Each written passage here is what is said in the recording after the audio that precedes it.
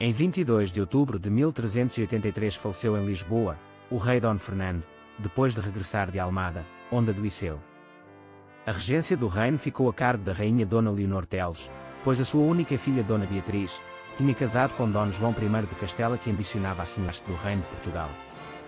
A regência inábil da rainha Dona Leonor Teles tornou-se intolerável, e criou grandes descontentamentos entre o povo, que apontava a rainha como amante do conde de Orém, João Fernandes Andeiro. O povo receava que, com a influência do conde Andeiro, a rainha viúva entregasse a coroa à filha e ao genro castelhano. O jovem Nuno Álvares Pereira, e alguns fidalgos da sua intimidade, querem matar o conde de Orém, o que efetivamente veio a acontecer na manhã do dia 6 de dezembro de 1383.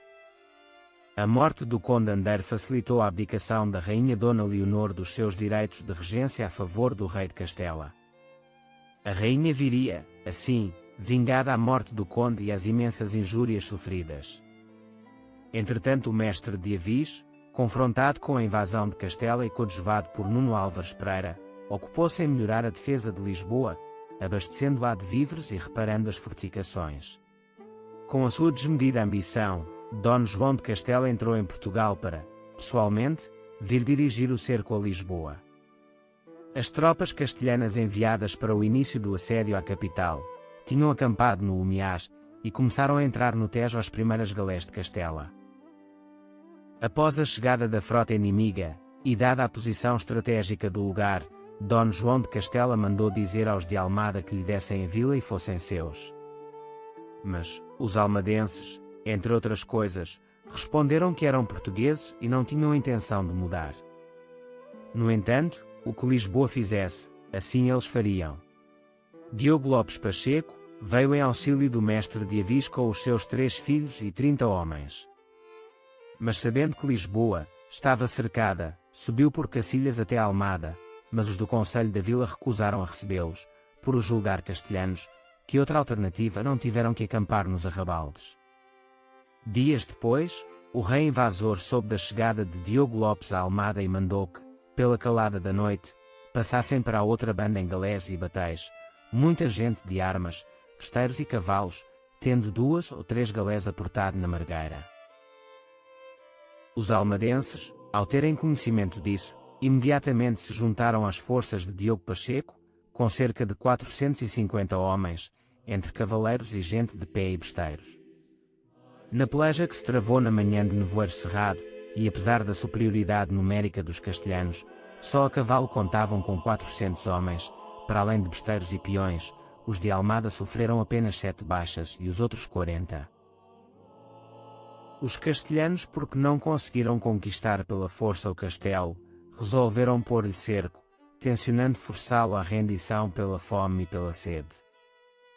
Deu-se então início a um dos mais terríveis, longos e torturosos períodos da história de Almada, pois se os sitiados previam que os mantimentos davam para mais de 6 meses, o mesmo não podiam dizer da água, dado que só havia uma pequena cisterna, a qual foi colocada de guarda. O calor era cada vez mais insuportável. A sede afligia os almadenses, mas não se rendiam, débeis, de lábios gretados e bocas secas, resistiam às investidas dos castelhanos e ao calor tórrido que os queimava. O mês de julho estava a findar e o mestre de Avis preocupava-se com os de Almada, com os quais de modo algum podia corresponder-se, a fim de saber a real situação daquelas gentes. Mandou o mestre um homem a Almada, nadando de noite, com o recado de que deveriam pretejar com el rei de Castela o melhor que pudessem, e que lhe entregassem o lugar, dada a calamitosa situação em que se encontravam. Para cumprirem a ordem do mestre de Avis, os almadenses mandaram 2 homens falar com Dom João de Castela, para lhe dizer que queriam ser seus e lhe dar a vila. Mas o soberano, sabendo que Almada não tinha água e que todos os dias morria gente à sede, com os emissários não quis pactuar, nem vê-los, durante os 3 dias que estiveram no arraial. Ao pretenderem regressar a Almada, Dona Beatriz mandou chamar, e com eles foi implorar ao esposo que perdoasse e entrasse em negociações. Foi atendida e concedido que, aos habitantes fosse garantido corpos e haveres e cada um ficasse em sua casa e fosse senhor do seu.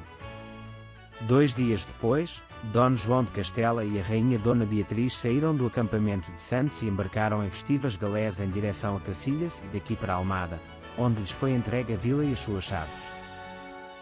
Almada tinha capitulado com dignidade, não forçada pela tormenta da sede, mas por ordem do mestre de Avis. Pouco tempo depois da sua capitulação, resolveu Nuno Álvares Pereira vir de Palmela a Almada combater os castelhanos.